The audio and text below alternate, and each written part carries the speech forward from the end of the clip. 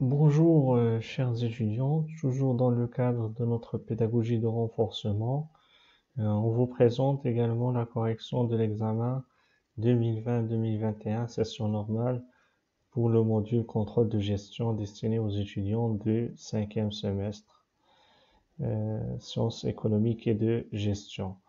Dans cette vidéo, on va essayer de vous présenter le corriger avec certaines explications et indications qui vont vous permettre de bien passer votre session de rattrapage. Donc, l'examen il était composé par deux questions de cours. La première était concernée le rôle de contrôleur de gestion.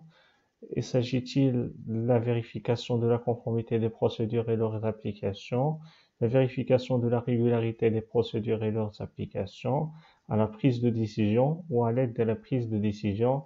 La réponse ici, sans trop tarder, c'était l'aide à la prise de décision. Deuxième question également concernait le troisième chapitre qui était le coût préétabli. Donc la question, les coûts obtenus à partir de l'analyse à la fois technique et économique, on les appelle comme coûts standards, coûts réels, coûts prévisionnels ou coûts budgétés. Donc la bonne réponse c'était les coûts standards. Alors, il y avait deux questions au niveau, l'une de la première dans le premier chapitre et la deuxième dans le troisième chapitre. Pour l'examen de rattrapage, vous aurez des questions de cours relatifs à l'ensemble des 4 chapitres. Donc, quelques questions, mais ils peuvent être concernés soit le premier chapitre, le deuxième, le troisième ou le quatrième chapitre.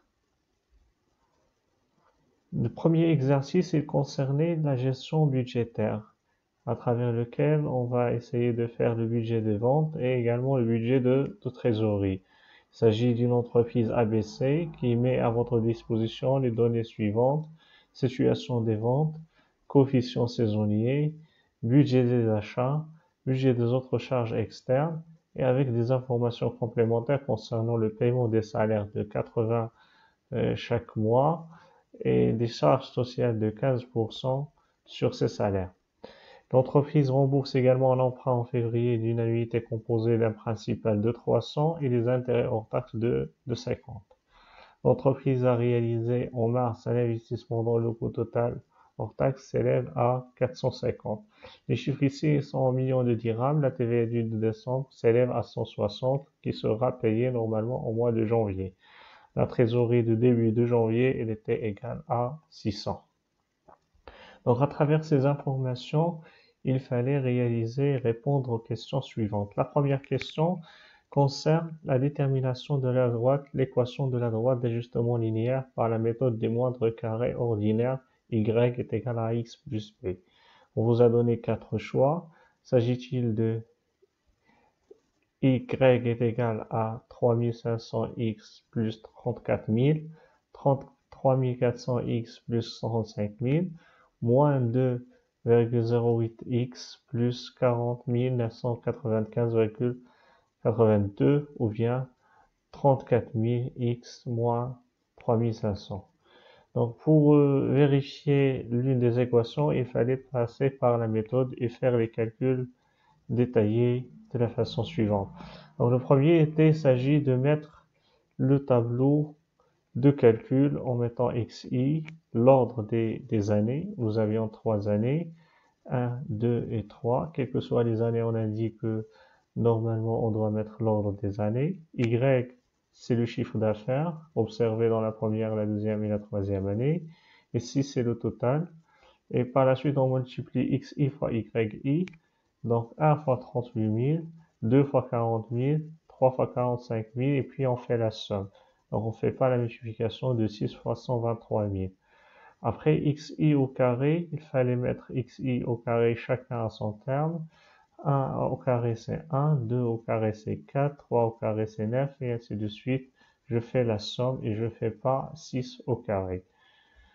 Donc dans ce cas, la moyenne x bar de x, c'est-à-dire est égal au total qui est sigma xi, c'est 6, divisé par le nombre d'observations qui est égal à 3. Donc ça va me donner une moyenne qui est égale à 2. La moyenne maintenant du chiffre d'affaires, c'est sigma yi est égal à 123 000 divisé par 3, le nombre des observations est égal à 41 000. Par la suite, on pose l'équation de la droite d'ajustement linéaire et on conclut que A est égal à 3500. Par la suite, on met B est égal à Y bar moins AX bar est égal à 41 000 moins 3500 fois 2 est égal à 14 000.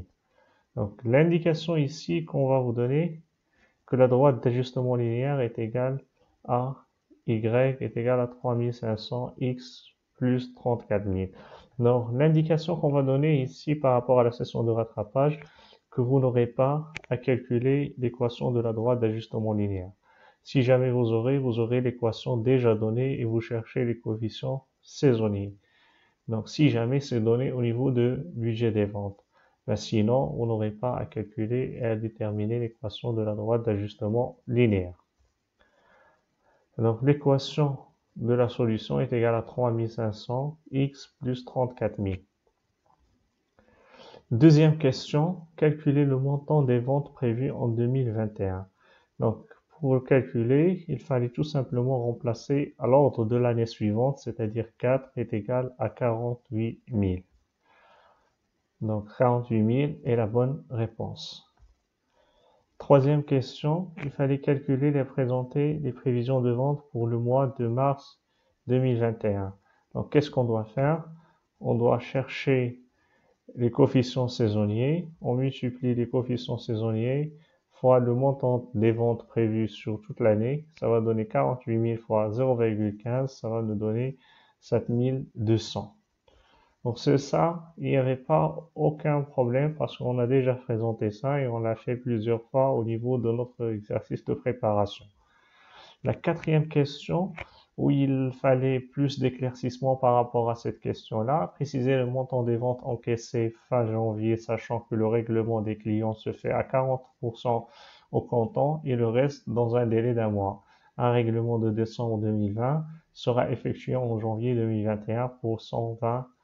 Donc, s'agit-il, j'ai ici mis, on a mis 4 réponses précises, 2040, 2064, 1559,49 et 5700.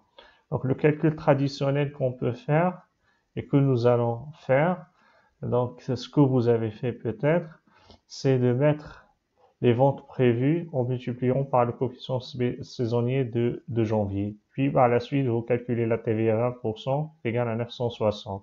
Vous faites le total parce que les ventes prévues en TTC en supposant que le règlement se fait en tout taxe comprise. Puis on ajoute 120 règlements relatifs à décembre, on multiplie par 40% le montant réglé pendant le mois de janvier, et par la suite ça va donner 2424.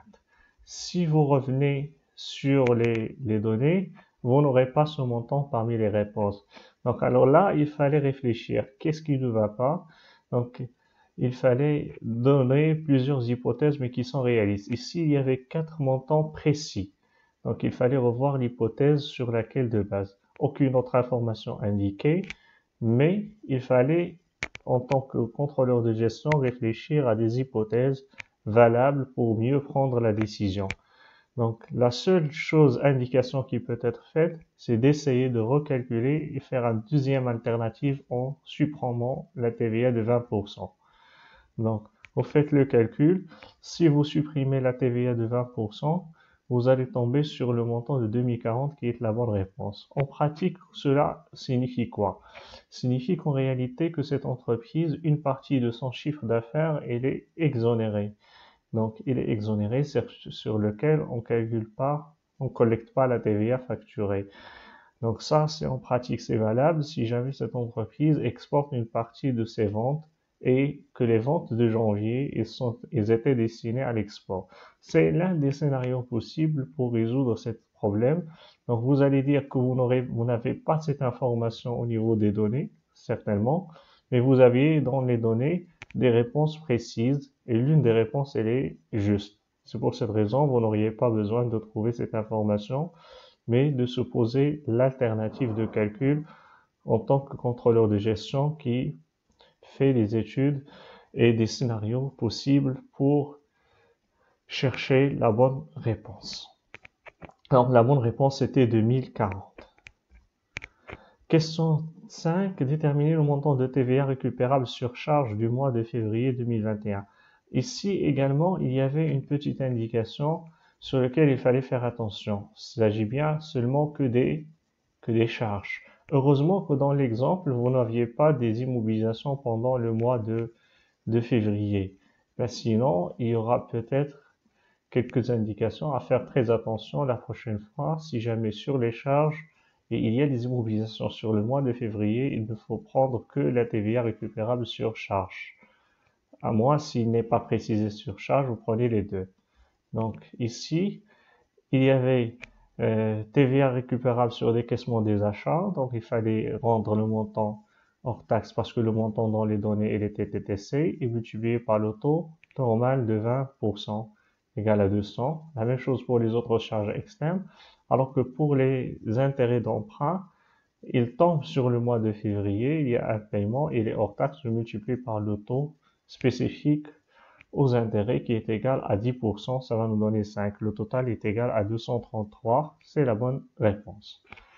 Sixième question, donc spécifier le montant de trésorerie de fin de janvier. Donc également ici, il fallait bien répondre à cette question-là, parce que néanmoins, si vous n'aviez pas les données si vous êtes trompé sur la question numéro 4, ici, une petite vérification en mettant tous les calculs justes.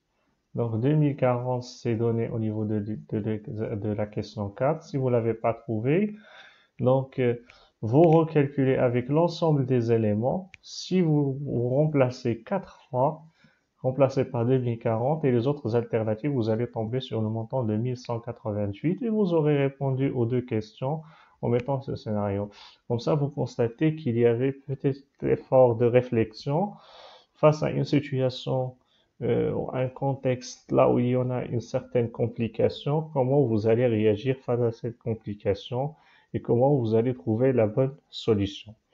Donc ça, c'est au niveau de la question numéro 6, dans lequel il fallait calculer les encaissements et faire la différence par rapport aux décaissements. Décaissements, il y avait pendant le mois de janvier que ces éléments-là.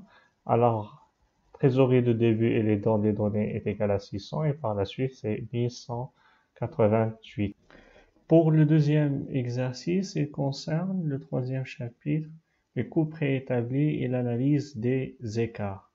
Il s'agit bien d'une application qui traite d'une entreprise qui fabrique un produit P en utilisant une matière première C dans un atelier de production. Vous avez ici les données standards qui concernent la production de 4500 unités de P et également les données réelles de la production de 4000 unités. Donc vous avez les données qui sont composées de la matière première C, de l'atelier production dans lequel il y a une main-d'œuvre directe et également un centre d'analyse dans lequel on enregistre les charges indirectes, que ce soit pour les données standards ou les données réelles. La première question concerne le coût unitaire standard. Donc déjà, ici, vous avez coût unitaire, ça veut dire c'est le coût total divisé par la quantité. Il s'agit du coût standard, vous allez travailler avec les données du coût standard. Par conséquent, le coût unitaire standard est égal au coût total standard divisé par la quantité au niveau standard également. Donc ça ferait 150. Ça, c'est les données relatives à la matière C, relatives aux main-d'œuvre directe et aux charges indirectes, je divise par la quantité globale qui est égale à 4500. Ça va me donner 150 qui est la bonne réponse. Au niveau de la deuxième question, il s'agit de calculer l'écart sur quantité de la matière C. Et c'est favorable de 2000, défavorable de 2000, défavorable de 5000 ou bien neutre. Donc la réponse est comme suit. Donc je pose la formule, l'écart sur quantité de la matière est égal à la quantité réelle de la matière fois la quantité préétablie de la matière, le tout multiplié par le coût préétabli de la matière ou bien le coût standard. Vous avez ici chaque élément avec sa définition. La quantité réelle de la matière C est égale à 3800, je la déduis directement. la quantité préétablie est égale à la quantité standard qui est dans les données divisée par la quantité réelle du produit X divisé par la quantité standard du produit X également. Donc dans lequel je vais produit X ou bien le produit P. Dans lequel je pose mes données et ça va me donner 4000. Alors, je fais le coût préétabli d'après les données est égal à 10, qui est le coût standard également, et je pose les éléments au niveau de ma formule, je trouve moins 2000, qui est un écart favorable, puisque la quantité réelle est inférieure à la quantité préétablie, et par conséquent, le coût réel, il est inférieur au coût préétabli, et dans ce cas-là, l'écart, elle est un écart favorable de 2000. Voilà la bonne réponse. La troisième question, l'écart sur volume horaire. Est-ce favorable de 50 000, défavorable de 50 000, défavorable de 16 000 ou bien neutre? De la même procédure, je pose la formule. Donc ça, c'est le nombre d'heures. L'écart de volume horaire, c'est le nombre d'heures réelles moins le nombre d'heures préétablies multiplié par le temps horaire standard.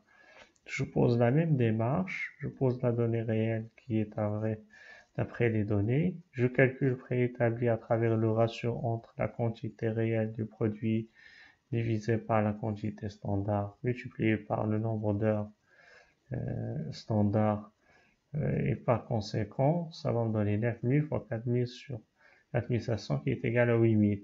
8000 moins 8000 fois 50 est égal à 0, donc il s'agit bien d'un écart qui est neutre. La quatrième et la dernière question concerne l'écart sur rendement. Est-ce favorable de 8000, favorable de 9000, défavorable de 80 000 ou bien autre? Donc de la même façon, nous allons calculer sur l'écart de rendement qui concerne les charges indirectes, le nombre des unités d'heure réelles moins le nombre des unités d'heure préétablies fois le coût de l'unité d'heure standard ou bien préétablie. Donc la donnée réelle c'est 3800 et par la suite la donnée préétablie je multiplie par le ratio de 4000 sur 4500 multiplié par le nombre des unités d'heure qui sont standards de 4500. Ça va me donner 4000. Par la suite, le coût de l'unité d'heure, c'est le total qui est 180 000 multiplié par la quantité standard qui est 4500 qui est égal à 40. Je multiplie, je trouve que l'écart sur rendement est égal à moins 8000 qui est un écart favorable et par conséquent, la bonne réponse est un écart favorable de 8000.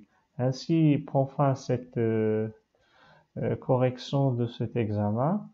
Donc, une autre indication par rapport à votre examen de rattrapage, qu'au niveau de la partie budgétaire, il va concerner soit le budget des ventes, soit le budget d'investissement ou bien les deux.